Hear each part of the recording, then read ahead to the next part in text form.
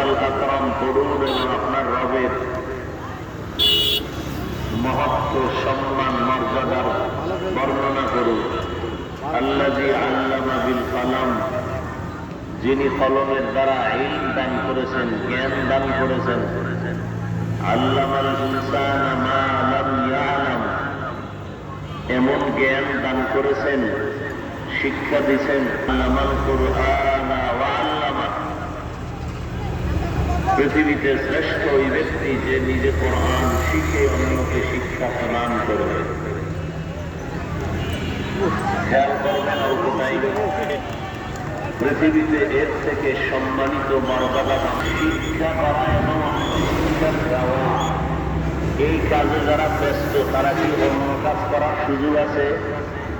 তাহলে এরা যদি এই কাজে ব্যস্ত হন, কোরআন শিখবেন এবং শিক্ষা দিবেন। কোরআন শিক্ষা মানি কোরআনে নামাজের বয়ান আছে, নামাজ শিখাও, নিজে শিখো। রোজা নিজে রাখো, অন্যকে রাখার প্রশিক্ষণ দাও। নিজে তেলাওয়াত শিখো, অন্যকে তেলাওয়াত শিখাও। নিজে হালাল পথে চলো, অন্যদেরকে হালালের প্রশিক্ষণ দাও। নিজে পর্দার বিধান কায়েম করো, অন্যদেরকে পর্দার প্রশিক্ষণ দাও। এগুলো সব কোরআনের শিক্ষা না? কথা বলেন ভাই, কোরআনের শিক্ষা। মানুষকে ভালোবাসা নিজের করো, অন্যদেরকেও ভালোবাসতে প্রশিক্ষণ দাও। মানুষকে শান্তি সুশৃঙ্খল জীবন যাপনের চেষ্টায় নিজেও চেষ্টা করো, অন্যকেও চেষ্টার উপরে প্রশিক্ষণ দাও। জুলুম নিজেও করো না, অন্য জুলুম করে তার থেকেও মানুষকে ফিরাবার বয়ান দাও।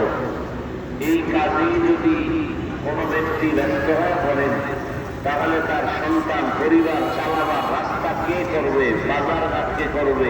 কামাই রুজি কোথায় হবে? আল্লাহ সেই ব্যবস্থাকে আল্লাহ কুদরতের দ্বারা করে দেবে। এ কারণে দুনিয়াওয়ালারা কোরআন হাদিস বাদ দিয়া যারা ব্যস্ত, কোটি কোটি কোটি কোটি কোটি টাকা হাতের মধ্যে নিয়েও শান্তিতেও নাই, সম্মানেও নাই।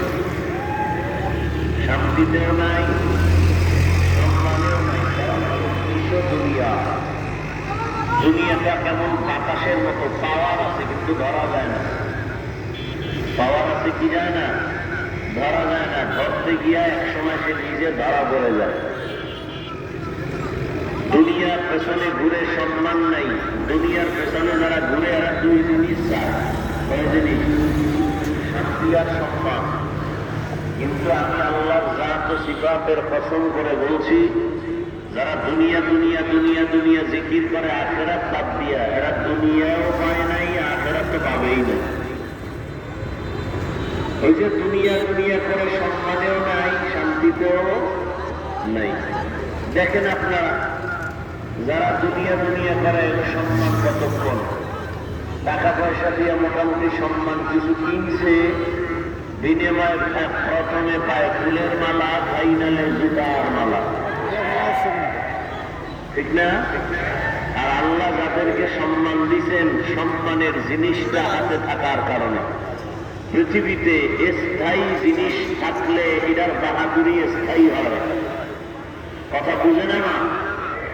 দুনিয়াতে যদি আপনার কাছে স্থায়ী কিছু জিনিস থাকে, সেই স্থায়ী জিনিসের বাহাদুরিটাও স্থায়ী হয়।